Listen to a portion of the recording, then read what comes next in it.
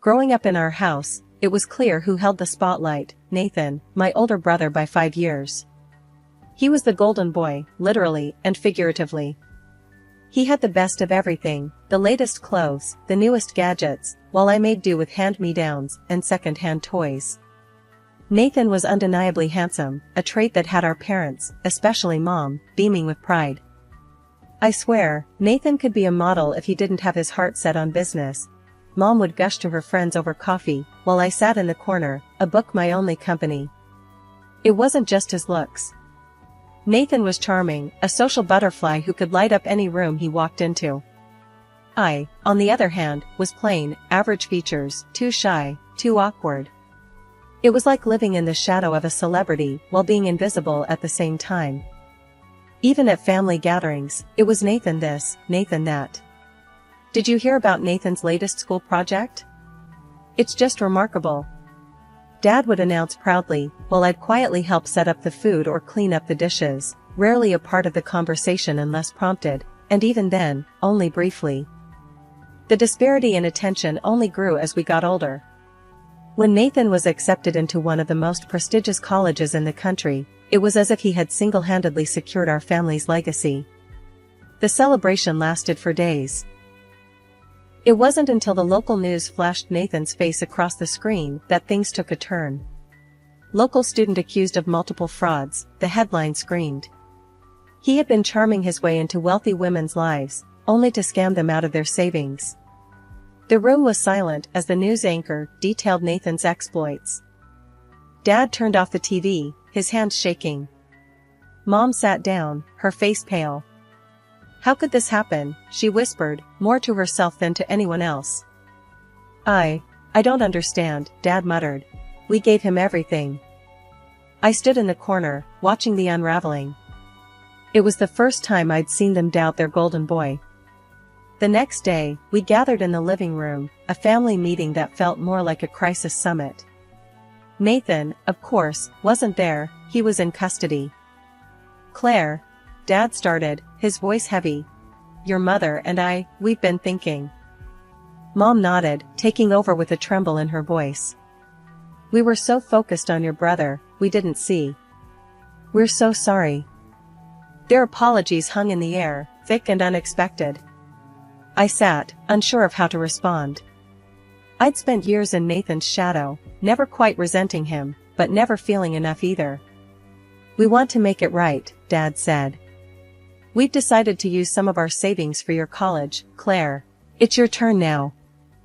I was taken aback. College? I'd given up on that dream, figuring I'd find a job and move out as soon as I could. Really? Are you sure? Yes, Mom said firmly. It's your time to shine. The weeks that followed were a blur. I enrolled in college to study accounting, something solid and reliable, opposite of Nathan's erratic charm. My parents attended my orientation, something they'd never done with Nathan, too confident in his ability to navigate anything. At the orientation, Mom squeezed my hand. You're going to do great, she said, a little too enthusiastically. I smiled, squeezing back. Thanks, Mom. I'll try my best. College life was a balancing act. I juggled classes with a part-time job at the campus library, where I shelved books and helped students find resources. One of my coworkers, Jenna, a chatty history major, quickly noticed my reserved nature. Hey, Claire, you always bolt out of here as soon as your shift ends. Wanna grab coffee sometime? Jenna asked one evening as we were closing up. I'd like that, I said, surprised by my own willingness to connect. Maybe it was the normalcy of her invitation, or maybe I was just tired of being alone all the time. During coffee, Jenna talked about her thesis, and I shared a bit about my family, careful to leave Nathan out of it. It was nice, talking to someone who saw me just as me. You're pretty cool, Claire. Don't let the quiet thing fool anyone, Jenna said with a grin as we left the cafe. Balancing school and work was tough, but fulfilling. I'd study late into the night, sometimes struggling to keep up, especially when group projects came up. I found that I could lead a team well, something I'd never have discovered if not for my new environment. Alright, team, let's divide up the work based on what parts of the project we're strongest at, I suggested during one group meeting, feeling a bit like a conductor trying to lead an orchestra. You seem to know what you're doing, Claire. I'm glad you're our group leader. One of my classmates, Mark, commented. His words boosted my confidence more than he could know. Each day was a learning curve, filled with small victories and setbacks. I learned not just about accounting, but about who I was beyond my family's expectations, or lack thereof. I learned that I was competent, that I could make friends and influence people, and that I was more than just the quiet girl from a troubled family. As the semesters passed, I continued to excel academically, and eventually, graduation day arrived. Walking across that stage to receive my diploma, I felt a surge of pride. I had done it, on my own terms, without the overshadowing success of my brother. After graduation, I landed a job at a private accounting firm. It was everything I had hoped for, challenging, engaging, and it offered me a sense of independence I had craved for so long. I moved into a small rented apartment, not far from work, and began the adult part of my life with enthusiasm. Every paycheck was a step toward my goal, saving enough for a down payment on my own place. The evening had settled into a quiet routine when my phone rang, slicing through the silence of my small apartment. I glanced at the screen, Mom's name lit up. My heart sank a little. Calls this late were unusual. Mom? What's up? It's late, I said, trying to keep my voice light, but the tremor in hers cut straight through me. Claire, it's your dad. He had a heart attack. He's gone, Claire. He's gone. She stuttered out between sobs, each word heavy and suffocating. I felt the phone slip slightly as my grip loosened in shock. What? How? Mom, are you okay? Where are you? My questions tumbled out, frantic and overlapping. I'm at home. The paramedics, they just left. They couldn't do anything, she cried. I could hear the shattering pain in her voice, the kind that echoes and reverberates through your own soul. When I arrived, the house was eerily silent, the kind of silence that screams in your ears. Mom was sitting in the living room, a crumpled tissue in hand, her eyes lost and red. I rushed to her, kneeling in front of her, taking her hands in mine. Mom, I'm so sorry, I whispered, my own voice breaking as the reality set in.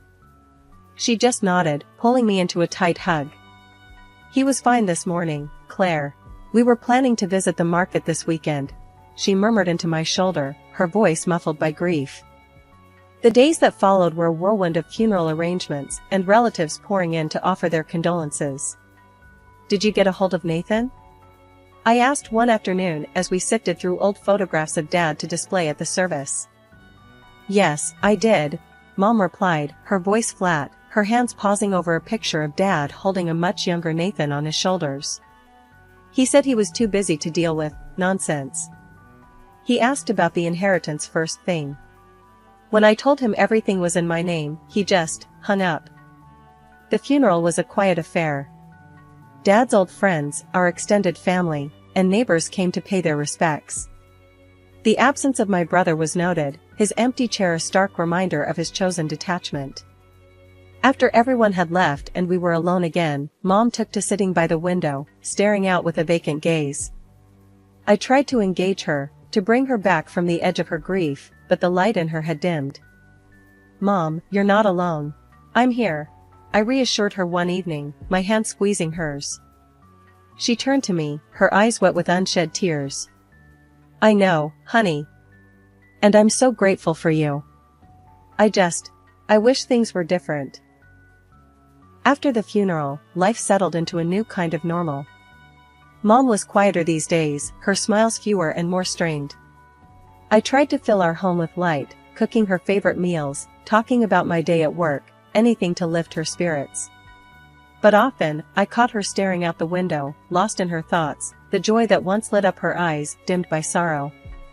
One evening, as I was clearing up after dinner, I noticed Mom was on the phone in the other room, her voice barely above a whisper.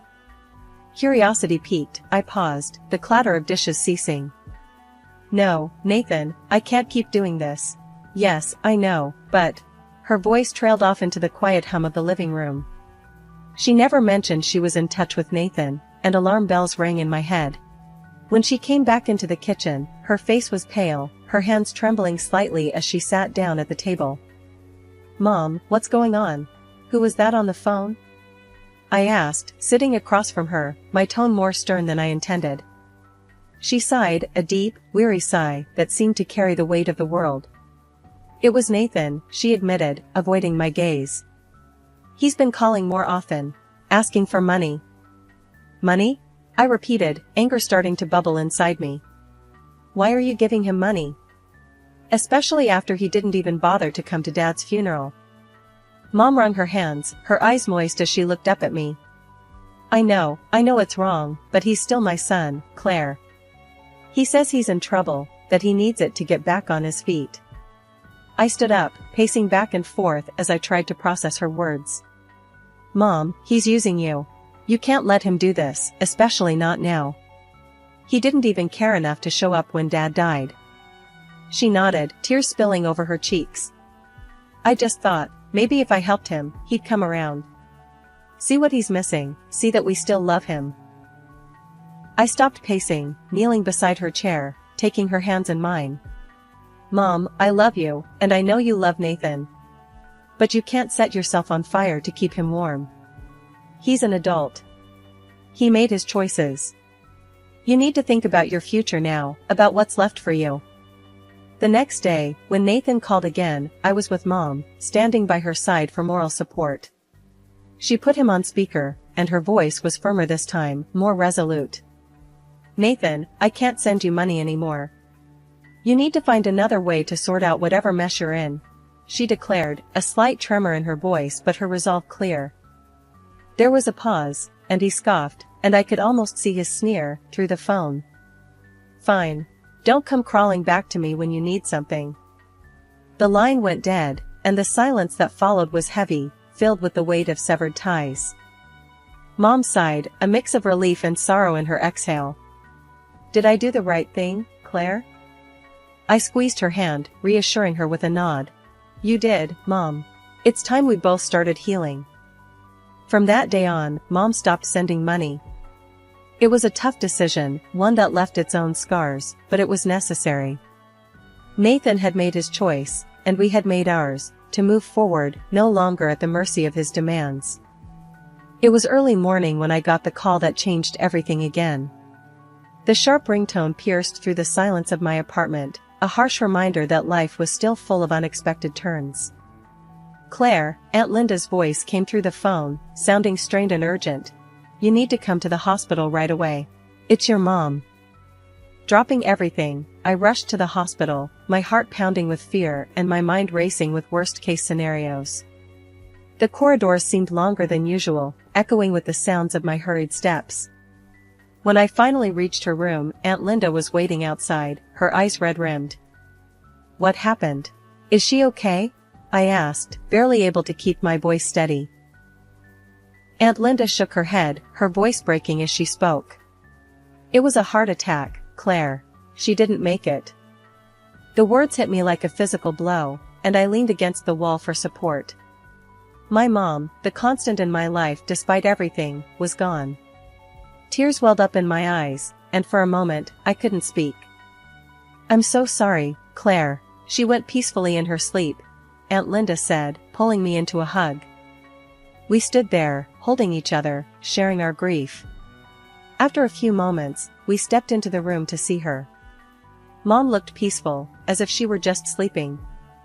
I approached the bedside, taking her cool hand in mine. "Mom, I hope you're at peace now," I whispered, my tears dropping onto the white hospital sheets. "I'm going to miss you so much." Aunt Linda placed a hand on my shoulder, squeezing gently. "She loved you, Claire. She was so proud of the woman you'd become." Leaving the hospital, the task of planning another funeral loomed over me. Mom deserved a beautiful send-off, something dignified and full of love, just like she was. I took it upon myself to organize everything, wanting to ensure it reflected the warmth she always brought into our lives. During the preparations, I called Nathan, feeling it was only right he knew, even if he hadn't been there for her at the end. "Nathan, it's Claire. Mom's passed away. We're organizing the funeral for this Friday, I said, my voice void of the anger I once felt towards him. There was a pause, and then he replied, his voice devoid of any real emotion. I see. I won't make it. Just handle whatever needs to be done. Life after Mom's funeral felt strangely quiet. The house was filled with echoes of a past that felt both close and distant, a reminder of everything that had transpired. Just as I was beginning to find my rhythm in the silence, it was shattered by an unexpected and unwelcome return. It was a cloudy Thursday afternoon when I heard the sound of a car pulling into the driveway. Peeking through the curtains, my heart sank. There stood Nathan, stepping out of an expensive-looking car, with a woman I assumed was his wife, based on her familiar face from some of the pictures he used to share online. Her appearance was bold, almost too bold, with bright red lipstick and heavy makeup that made her look out of place against the backdrop of our modest family home. They didn't bother with the courtesy of a phone call or even a knock. Nathan marched up to the door, his face still handsome, but etched with the hard lines of a life recklessly lived. He didn't wait for an invitation, pushing the door open and striding in with an air of entitlement. Claire, long time no see, Nathan said, his voice dripping with a familiarity that we no longer shared. He pushed past me without waiting for an invitation, his wife following closely behind. What are you doing here, Nathan? I managed to say, my voice firm despite the turmoil inside. We're here to stay, obviously. Heard you've been living it up in Mom's house all by yourself, Nathan replied, throwing his jacket on the couch as if he owned the place. His wife smirked, scanning the room like she was appraising the property. Nice place. We'll take good care of it, don't worry. I felt a flash of anger. This is still Mom's house, and you can't just come back and claim it like nothing happened. You didn't even come to her funeral, Nathan. You have no right to be here. Nathan laughed, a harsh sound that echoed in the empty room. Oh, come on, Claire. We're family. And as the only son, don't you think I deserve a piece of the pie? Well, we're here now, and we're staying. Get used to it, or get out. I was shaking, my hands balled into fists at my sides. This is not happening. You will leave. This is my home. Nathan laughed, a cold, harsh sound. We'll be back with our things in 3 days. Make sure you're gone by then. As they turned and left, the door slamming shut behind them, the finality of the threat hung heavy in the air. I was alone, the echoes of their laughter and threats bouncing off the walls of the home I had come to cherish as my sanctuary. Furious and shaken, I dialed Aunt Linda immediately. She answered on the second ring, her voice a comfort as always. Aunt Linda, Nathan just showed up. He's trying to kick me out of the house. He said he and his wife are moving in. I managed to say, my voice tight with emotion. Oh, Claire, that boy has gone too far this time, Aunt Linda replied, her tone hardening with each word. Don't you worry. I'm going to come over. We'll sort this out together. Nathan needs to be put in his place, and I'm just the one to do it. After we hung up, I paced through the house, each room filled with memories of my parents, of a happier, simpler time. I wasn't going to let Nathan destroy what little peace I had managed to find in the aftermath of our parents' deaths. With Aunt Linda on my side, I felt a flicker of hope. Together, we would face whatever came next. 3 days had never passed so slowly. As the sun rose on the third day, the tension in the air was palpable. Aunt Linda arrived early, carrying not only her purse but also an air of resolve that was both comforting and intimidating. Morning, Claire, she greeted me as she stepped into the kitchen, where I was nervously sipping my coffee. Ready for this?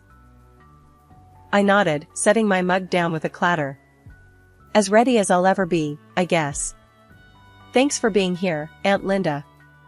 Wouldn't be anywhere else, she assured me, her voice firm.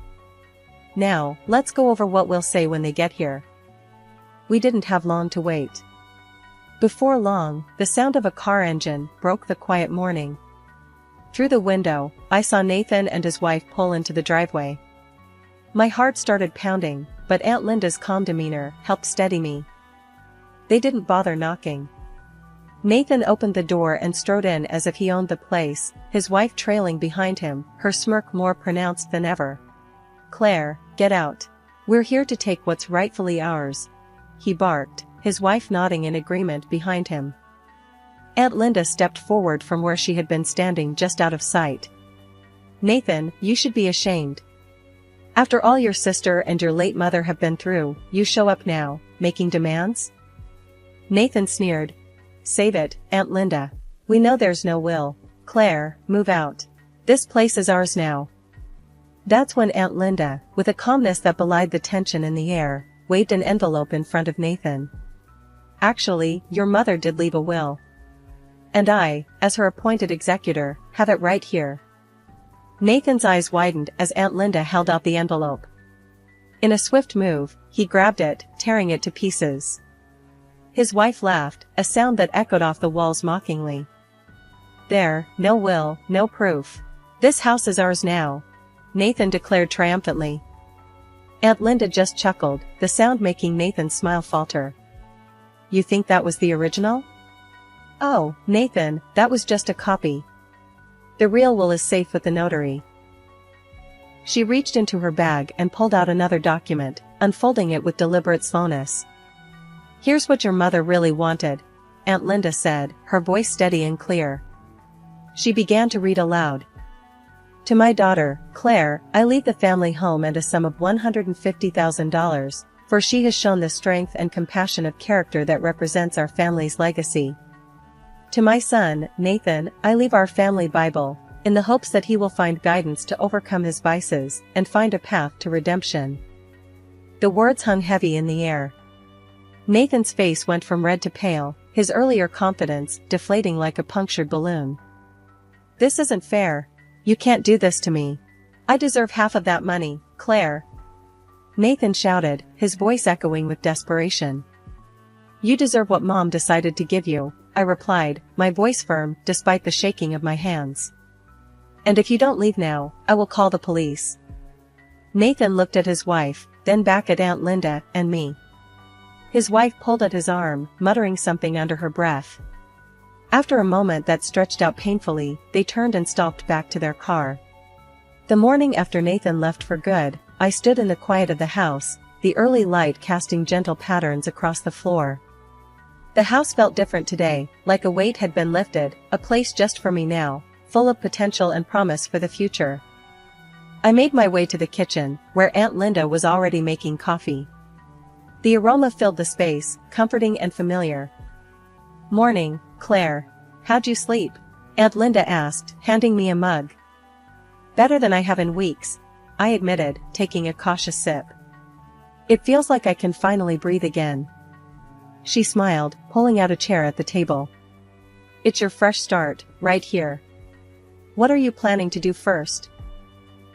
I joined her at the table, my mind buzzing with ideas. "I think I'm going to start by redecorating a bit.